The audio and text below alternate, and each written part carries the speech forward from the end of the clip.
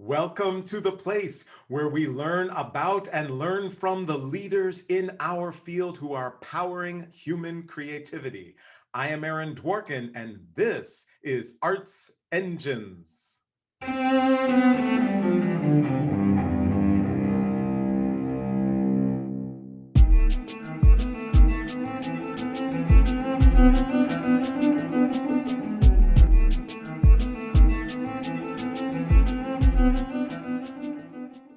Thanks again for joining me here on Arts Engines. Today's guest is Dwight Roden, who is the founding artistic director and resident choreographer of Complexions Contemporary Ballet and artistic professor of dance at Chapman University's College of the Performing Arts. Dwight, welcome to the show.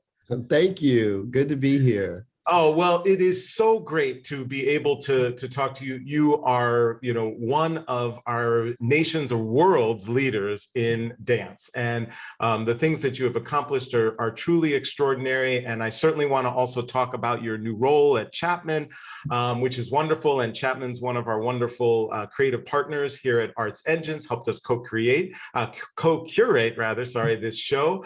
But I figured I would just kind of start right off to just kind of actually back it out to your passion for dance. Literally, what do you see as the role of dance in our society or in communities, and what inspires you to do the work that you do in dance? Well, I mean, I think the arts in general have a huge role in kind of the world we live in today, and particularly, of course, because dance is my passion and the art form that I have spent my life really dedicated to. And I just feel as though dance has a way of really, because of the nature of its physicality and the way that it comes across the stage, it has an ability to really touch people. And to be able to witness a performance, audiences are able to be transported. I always say that when you're in the theater, it's like having an experience as opposed to just sitting there and watching something that's beautiful. But I like the kind of dance and the kind of art that actually really reaches out and touches the audience in some sort of a way and brings them on the journey with whatever the choreographer, whatever the work it is that you're looking at. So dance plays a huge role. I think the arts play a huge role. It's a mirror to the world. We work things out on stage through music, through dance, through theater, through the fine arts. We work out the world we live in. I'm particularly interested in the human condition, and I tend to focus a lot on that in my work. And the world these days has a lot to focus on, doesn't it? So I think that dance plays a huge role in really our views on how it is the world that we live in. Right, totally. So, and I love how you related that to the human condition, which obviously you speak to in your work, and potentially, at least in my lifetime, I'm not sure there's been a more acute moment in world history where connecting and understanding our human nature and the human condition is critically important. Is there, so you're one of many of your accomplishments, of course, is that you are the founding artistic director of Complexions, and obviously the choreographer. And for a lot of our audience are arts entrepreneurs or are leaders in a host of ways. And just wondering if you could share kind of what kind of brought you to say, you know what, I need to be a part of creating something, right? A lot of people may go in their creative or artistic career and say, well, I'll join this orchestra, this dance company, this, university, and then some kind of actually create out of nothing. And just wondering if you could share with us kind of the inspiration and the drive to do that. Well, I co-created this company with Desmond Richardson, who is a very important figure in the world of dance. He and I we were not setting out to start a company with Complexions. We were going to have a project. But what we wanted to do with that project, and this was kind of way ahead of what's happening right now, is that we wanted to find a space where diversity, inclusion, we wanted to celebrate the idea of bringing an amalgamation of artists all together in one room and watching what could happen. And Complexions was that idea just as a project at first. But because it was the rehearsal process, and once we got to the stage, it was so rich and we felt really important. We didn't know that we were creating something that in a way it very much had a pioneering spirit to it, just in the effort itself. But what we were doing was even bigger than us. We were really making a statement about the world and about what is necessary and how to move forward in a way that brings beauty, peace, and harmony into the world. Now, I know you say, how can dance do that? Well, dance can. It's about bringing the arts together, bringing all of those artists together onto one stage and watching them coexist in a harmonious way. And that message became loud and clear to us. And that was the inspiration that we said, we have got to do something with this. And that's when the company was born. And I love that, because it's all just part of this kind of, experience that drives innovation. And that's what we're always hoping to encourage people to do, is go out there, test the waters, right. Have an adventure with your artistic creation, and you never know where it might lead you. Exactly. That courage, that ability to take that step and to be, take those chances, those risks. And it was a risk, but it certainly has paid off. Here we are 27 years later, and we're still here and we're still kicking. Oh, for sure. And as a matter of fact, even though we are taping this before the premiere, everyone is watching this right after premiere of your work with the San Francisco Ballet. Could you kind of just share what is taking place? I created a work here. This is my third work for the company. And this work is called The Promised Land. And the San Francisco Ballet is just an incredible ballet company here in America. And I made a new work, and it really, and it's funny because it actually deals with exactly what we're talking about here, which is the human condition after what we've been through for the past 2 years.